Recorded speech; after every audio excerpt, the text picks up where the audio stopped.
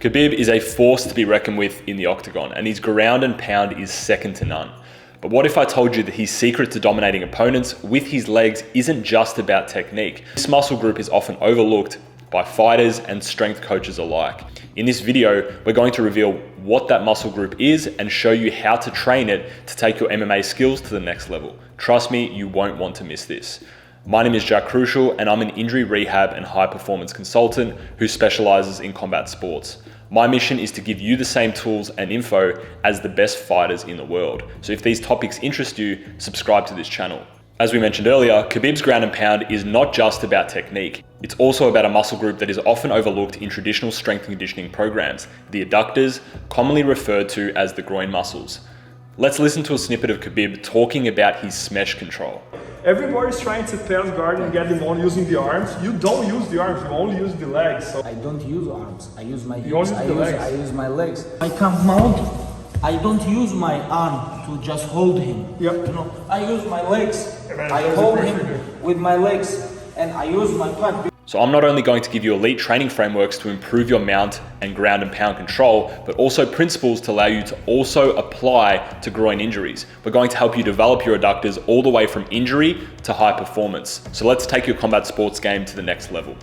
The adductor muscles are a crucial group of muscles that are responsible for stabilizing the hips and pelvis during movement. For combat sport athletes, they play an essential role in controlling an opponent and maintaining a dominant position on the ground. However, when these muscles are injured, they can cause pain and weakness in the inner thigh region, which can significantly impact athletic performance. That's why it's essential to load the groin through its full range of motion as early as possible during the rehab process.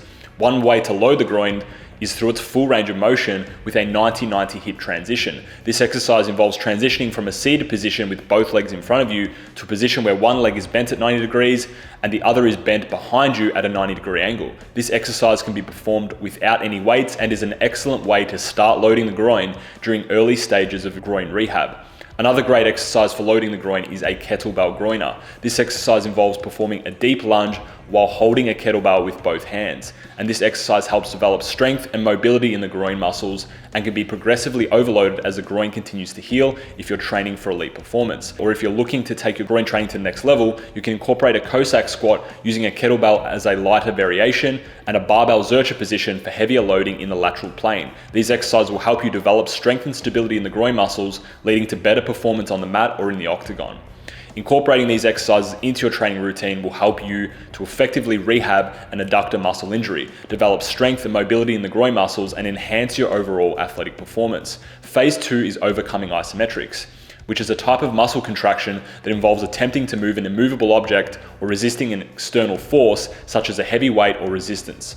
The muscle produces tension, but there is no visible movement in the joint. Isometric groin strength has also been found to be correlated with groin injuries when you have a weakness in groin squeeze testing.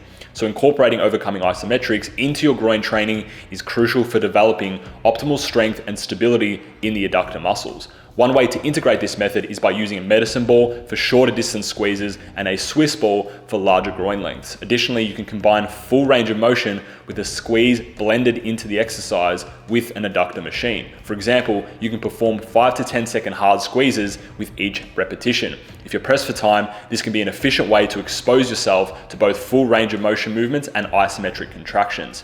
To take all of the guesswork out of programming for combat sports, I've created exclusive early access to my training systems in the Combat Conclave. If you don't reply to the first email that you receive, you won't get access when it goes live. So make sure that you are checking your emails. In this video, we're also going to give you a bonus drill that you can do that Khabib himself uses to drill his elite level hip control. So stick around. And phase 3 is long lever groin loading. The final piece of the puzzle is something heavily researched in athletic training from an injury reduction standpoint, and that is groin plank variations. I'm going to show you multiple levels of difficulty and just how far you can take this aspect of training. The first variation is a short lever where you place your knee on a bench or box while the other leg remains in a plank position. To make this more difficult, you can move further away from the bench until you get a straight leg position. From there, you can complete bench pumps, oscillations, and finally you can increase the height of the box to really test your groin and build elite function. Incorporate all 3 of these groin loading exercise types and watch your ability to complete vessel bursting triangle submissions and develop groin strength that would have you placing first at a bull riding rodeo.